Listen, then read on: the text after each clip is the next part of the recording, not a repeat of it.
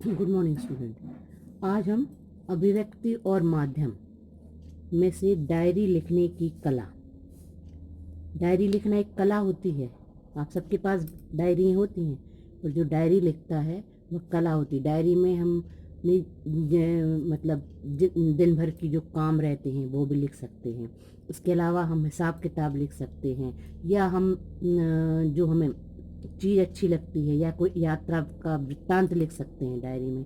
तो डायरी क्या है, इसके बारे में हम अभी पढ़ेंगे, और वह लिखने की कला में हमें क्या क्या बातें ध्यान रखना है, यह सब कुछ पढ़ना है। तो मोटे गद्दे की जिल्द वाली जो नोटबुक होती है आपके पास, सबके पास, सब देखते हैं। ये मोटे गद्दे की जिल्द मतलब कवर चढ़ा रहता है, और जिसके पन्नों पर साल के 365 दिनों की तिथियां क्रम से लिखी रहती हैं, और हर तिथि के साथ एक या आधे पृष्ठ की खाली जगह छोड़ी जाती है आपके पास। अलग कभी कभी एक पेज पर एक तिथि लिखी जाती है, कभी कभी डायरी में एक पेज पर दो तिथियां लिखी जाती है, और थोड़ी थोड़ी जगह वहां पर छोड़ दी जाती है। खाली जगह उस तिथि विशेष के साथ, यदि हमारी जिस तिथि में हमें लिखना है, मान लो आज 26 नवंबर है, तो 26 नवंबर के बारे में हमें उधर लिखना है, तो 26 नवंबर की तिथि में हम वह लिखेंगे। तो उससे संबंधित निजी बातें, सूचनाएं, खास दिन के लिए तयशुदा दायित्व, उस दिन हमने क्या कार्य योजना है, वह सब कुछ लिखकर छोड़ जा सकते हैं, ताकि डायरी उस तिथि के आने पर हमारा संकल्प को याद दिला दे कि हमने इस तिथि में यह काम किया था। इसी तरह हमने कभी कभी कोई ऐसा काम किया या किसी अनुभव से गुजरे जिसे हमें याद रखना चाहते हैं। जैसे हमने कोई कार्य किया है, और जैसे कभी कभी ऐसा होता है हमें कोई गाना ही समझो याद रखना रहता है, तो हम उस गाने को उस डायरी में लिख देते हैं उस तिथि में। और या कोई बात याद रखना रहती है तो हम लिख देते हैं, तो उस डायरी में उस तिथि विशेष के पन्ने पर दर्ज कर देते हैं। ऐसा करके हम अपना काम, अनुभव को लिखित शब्दों में सुरक्षित ठिकाने पर पहुंचा देते हैं। हम अपने अनुभव को, अपने कार्य को लिखित शब्दों में सुरक्षित रखते हैं, काय में, डायरी में। और हम इसमें विस्मृति का शिकार नहीं होते। विस्मृति मतलब हम भूलते नहीं है, क्योंकि हम डायरी में लिखा रहता है तो हम उस चीज को भूलते नहीं है। तो सामान्यतः डायरी लेखन की जब चर्चा होती है तो उसका आशय डायरी के इसी दूसरे उपयोग से होता है। दिन भर आप जिन घटनाओं, गतिविधियों, विचारों से गुजरते हैं, उन्हें डायरी के पृष्ठ पर शब्दबद्ध करना ही डायरी लेखन है। जो डायरी लेखन है, हमने आपको पहले बताया था कि जिन घटनाओं, गतिविधियों, दिन भर के विचारों से हम गुजरते हैं, तो वह शब्दबद्ध लिखना ही डायरी। बहुत से लोगों को डायरी लिखने की आदत रहती है, रोज का हिसाब किताब लिखने की आदत रहती है, दिन भर में हमारे साथ क्या गुजरा है यह लिखने की आदत रहती है। तो यह लेखन मूलतः आपके अपने उपयोग और उपभोग के लिए होता है। ये डायरी लेखन है यह आपके खुद के उपयोग के लिए, किसी दूसरे के लिए नहीं होता, अपने उपयोग और उपभोग के लिए होता है। हालांकि यह भी सच है कि पिछले कुछ दशकों में ऐसा लेखन एक विधा के रूप में पाठक समाज के बीच खास लोकप्रिय हो जाता है। पहले नाटक, उपन्यास, कहानी यह लोकप्रिय थे, पर अब डायरी भी एक लोकप्रिय बनता जा रहा है। पिछले सदी से सर्वाधिक पढ़ी गई पुस्तकों में से एक है एनी फ्रैंक नाम की किशोरी की पुस्तकार छपी हुई डायरी। इसके आगे हम बताएंगे कि वो एनी फ्रैंक ने क्या क्या लिखा था अपनी डायरी में। 1942-44 के दरमियान अत्याचार के बीच एम्स्टर्डम में छुप कर रहते हुए लिखी थी। मतलब उसके ऊपर जो अत्याचार हुए थे, तो उस अत्याचार को छुप छुप कर उस डायरी में उसने लिखा था, और वह प्रकाशित हुई बाद में। और यह एक तो महज उदाहरण है, ऐसे बहुत से लोग हैं। जैसे आपने देखा बहुत सी रचनाएं, जैसे मोहन राकेश की डायरी है, मोहन राकेश जो लेखक है उनकी डायरी है, रमेश चंद्र शाह की डायरी आदि भी किताब को शक्ल में छप चुकी है। मतलब डायरी लिखी है उनने, पर वह एक किताब के रूप में छप गई है। उनकी निजी जिंदगी उनके दौर में झांकने के एक नायाब निमंत्रण के तौर पर बड़े चाव से पढ़ा है। उनकी निजी जिंदगी की कहानी है उसमें, या फिर उनसे संबंधित उनके जिस दौर में वो गुजरे हैं उस दौर का है। इसके अलावा यात्रा वृत्तांत भी काफी पहले से डायरी के रूप में लिखा है। राम वृक्ष बैनीपुरी की पैरों में पंख बांधकर, यह एक डायरी है, उनने अपने यात्रा वृत्तांत में लिखा है, पैरों में पंख बांधकर। राहुल सक्रायतन की रूस में 25 मास का यात्रा वृत्तांत उनने डायरी में लिखा है। शेर गोविंदास की सुदूर दक्षिण पूर्व, कर्नल सज्जन की लद्दाख यात्रा की डायरी, डॉक्टर रघुवंश की हरी घाटी इत्यादि पुस्तक यात्राएं डायरी हैं। मतलब इन लोगों ने अपनी डायरी कौन कौन सी लिखी है, लद्दाख यात्रा लिखी सज्जन सिंह ने, गोविंदास ने दक्षिण पूर्व की यात्रा लिखी, रघुवंश ने हरी घाटी की लिखी।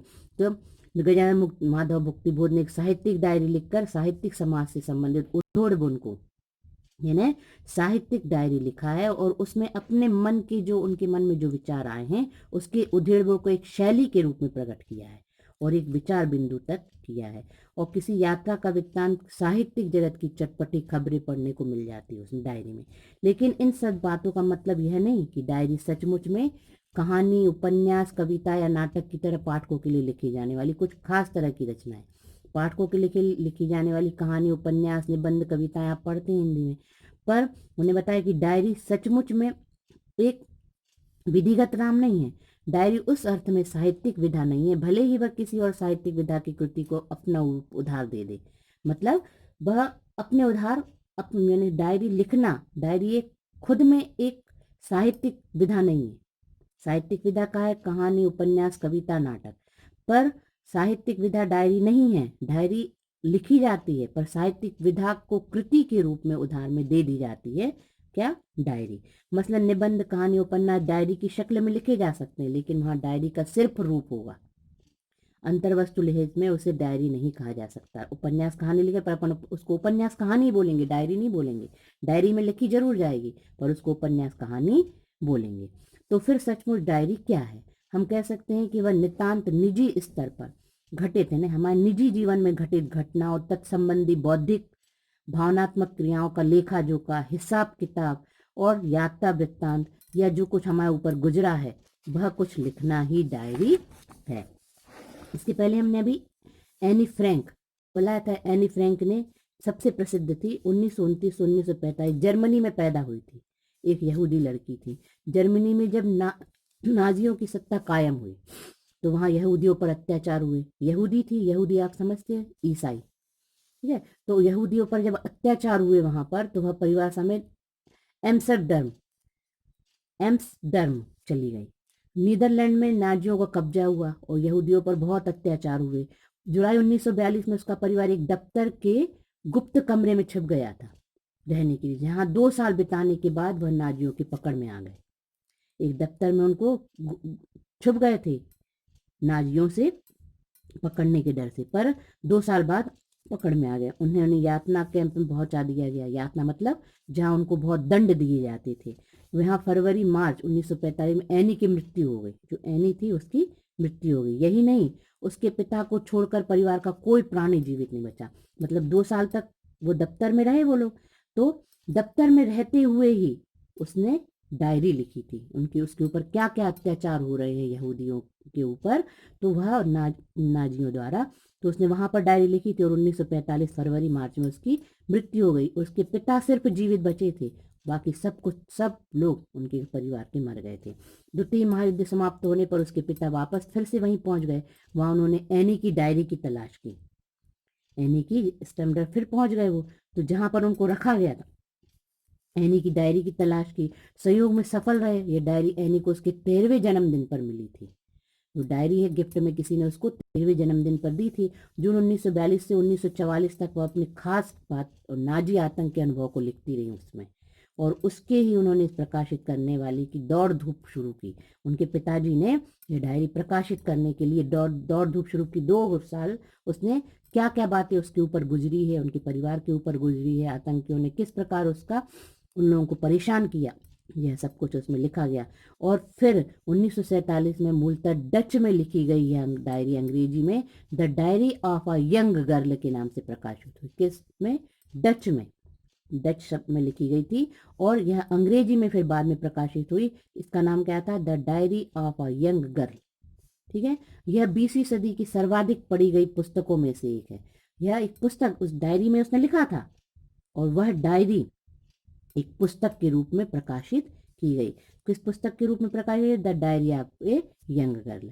और कई जगह से पाठ्यक्रम भी रखा गया।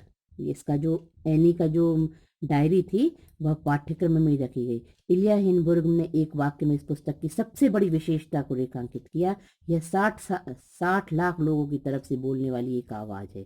एक ऐसी आवाज जो किसी संत या कवि की नहीं बल्कि एक साधारण लड़की की है। मतलब किसी ने नहीं सोचा था, किसी ने नहीं लिखी कि हम उनके ऊपर, यहूदियों के ऊपर क्या क्या अत्याचार हुए थे, पर उसको इतनी छोटी उम्र में भी ध्यान रहा और उसने यह सब कुछ एक डायरी में लिखा और वह डायरी एक पुस्तक के रूप में प्रकाशित हो गई। इसलिए इन इलिया हिंडबर्ग ने एक वाक्य सिर्फ लिख दिया कि 60,000 लोगों की तरफ से बोलने वाली एक ही आवाज है, क्योंकि अब किसी ने लिखा ही नहीं, सबके मन में थी ये बात पर किसी ने नहीं लिखी। और एक ऐसी आवाज जो किसी संत या कवि की नहीं बल्कि एक साधारण सी लड़की की है। किसकी है? एनी फ्रैंक की। ठीक है। अब इसके बाद सार्वजनिक कर देने का दबाव बनाए, लेकिन इसका मतलब ये नहीं, जो डायरी है वह सार्वजनिक करने का दबाव नहीं बना सकते हम किसी के ऊपर। यदि किसी को सार्वजनिक करना है और शुद्ध लेखन के स्तर पर देखें तो वह कर सकता है। डायरी के पन्नों पर शब्दबद्ध करने खुद को सुना डालते हैं। ऐसा करके ही हम खुद को बेहतर तरीके समझ पाते हैं। लेकिन ऐसा नहीं कि डायरी सिर्फ एक निजी सत्यों के शब्द देने का जरिया है जिनकी किसी रूप में अभिव्यक्ति वर्जित है। तो डायरी कई बार विचारों के आदान प्रदान का भी लिखा जाता है, यादगार मुलाकातें भी लिखी जाती, बहस भी लिखी जाती, दर्ज की जाती डायरी में। हमसे हमारी उससे बहस हुई, किस बात पे बहस हुई, यादगार बातें, यानी यात्रा वृत्तांत या कोई भी चीज हमें याद करना है वह लिखा जाता है। अपनी कई स्मृतियों को हम कैमरों में कैद से रिकॉर्ड करते हैं। हम कभी कभी स्मृतियों को कैमरों में कैद करते हैं, पर खुद अपना पाठ तैयार करना और जो कुछ घटित हुआ उसकी कहानी कहना एक ऐसा तरीका है जो हमें आने वाले दिनों में दोबारा जीने का मौका देता है। तो ये रिकॉर्डिंग नहीं है, यह लिखित में रहता है।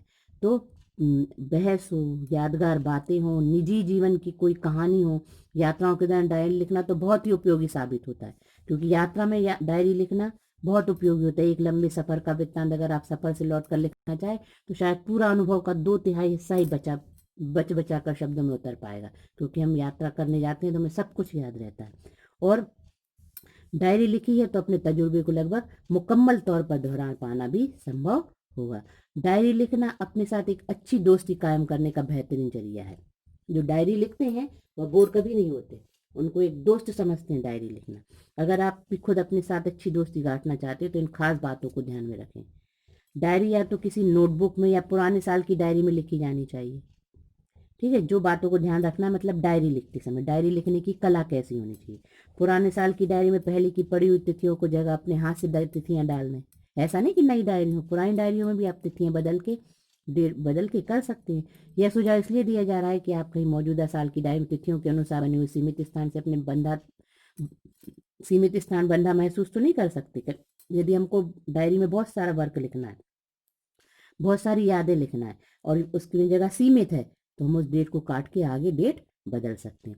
ऐसे में डायरी की किसी निश्चित तिथि के साथ दिया गया सीमित स्थान हमारे लिए बंधन बन जाएगा। इसलिए हमें बंधन नहीं बनाना। इसलिए पुराने साल की डायरी अधिक उपयोगी साबित हो सकती है। इसमें अपनी सुविधा के अनुसार तिथियां डाली जा सकती है और स्थान का उपयोग किया जा सकता है। हमें बंधन नहीं है कि हमें इतने ही छोटे से आकार में ही लिखना है। हमें बड़ा लिखना है तो हम तिथियों का फेरबदल कर सकते हैं और जगह को बढ़ा सकते हैं, और बंधन में नहीं रह सकते उस सीमित जगह के। लेखन करते हुए दूसरी बात, लेखन करते हुए आप स्वयं तय करें कि आप क्या सोचें, खुद को क्या कहना चाहते हैं, और यह तय करते हुए यथासंभव सभी तरह से बाहरी दबाव से मुक्त रहें। हमें बाहरी दबाव में नहीं रहना चाहिए कि हमें ये अपनी दिन भर की घटनाओं, मुलाकातों, ख्यालातों और आदि चीज़ें हम इसमें लिख सकते हैं। और इसके अलावा ख्यालातों को लिखते लिखते हम उसके लायक हम लगते हैं, और किन्हें आप किन किन बातों की वजह से भविष्य में भी याद करना चाहते हैं। तो यह सब कुछ बातें हैं, किसी किसी को हम भविष्य में भी याद करना चाहते हैं और किस मुलाकातों को याद करना चाहते हैं, अपनी जिंदगी में गुजरी हुई बातों को याद करना चाहते हैं। तो विचार करने के बाद ही शब्दबद्ध करके हमें लिखना चाहिए। और तीसरा, डायरी बिल्कुल निजी वस्तु है और यह मानकर ही उसे लिखा जाना चाहिए कि वह किसी की और के द्वारा पढ़ी नहीं जाएगी। बहुत से लोग अपनी डायरी किसी को पढ़ने नहीं देते, इसलिए डायरी एक निजी वस्तु है। ऐसा ना करें कि किसी के हाथ में पड़ जाए। अगर आप किसी और को पढ़वाने की बात सोचकर डायरी लिखते हैं तो इसका अपनी लेखन शैली, विषय वस्तु के चयन और बहुत बुरा असर पड़ेगा। यदि आप सोचते हैं कि हमारी डायरी कोई और पढ़े, इसलिए डायरी क्या होता है, अधिकतर डायरी हैं उनके प्रकाशित होती है जब ही पता चलती है कि इन्हें डायरी में क्या लिखा है, कोई को पढ़ने नहीं मिलती। इसलिए मानते हुए डायरी लिखे कि उसका पाठक आपके अलावा कोई और ना हो। जो डायरी लिखने की जो कला है यह बताते जा रहे हैं कि क्या क्या है। यह कतई जरूरी नहीं कि डायरी परिष्कृत और मानक भाषा शैली में लिखी गई हो। परिष्कार और मानकता का दबाव कथ्य के स्तर पर कई समझौते के लिए आपको बाध्य कर सकता है। डायरी लेखन में समझौता परस्ती के लिए कोई जगह नहीं है। डायरी का डायरीपन इसी में है, कोई समझौता नहीं होता और भाषा की शुद्धता बरकरार रहे यह सोचना चाहिए। जब डायरी शैली, सौंदर्य सब कुछ सधा हुआ रहे, इसके अंदर स्वाभाविक वेग से शैली जो रूप में ग्रहण करती वही डायरी उचित शैली कहलाती है। तो डायरी की भाषा शैली है वह सौंदर्य से भरी होनी चाहिए और किसी का दबाव नहीं होना चाहिए उसमें लिखते समय। आखिरी बात, बहुत अहम बात है कि डायरी नितांत निजी स्तर की घटनाओं और भावनाओं का लेखा जोखा होने के साथ साथ आपके मन के आईने, मतलब आपके मन में जो है उसका अक्स होता है।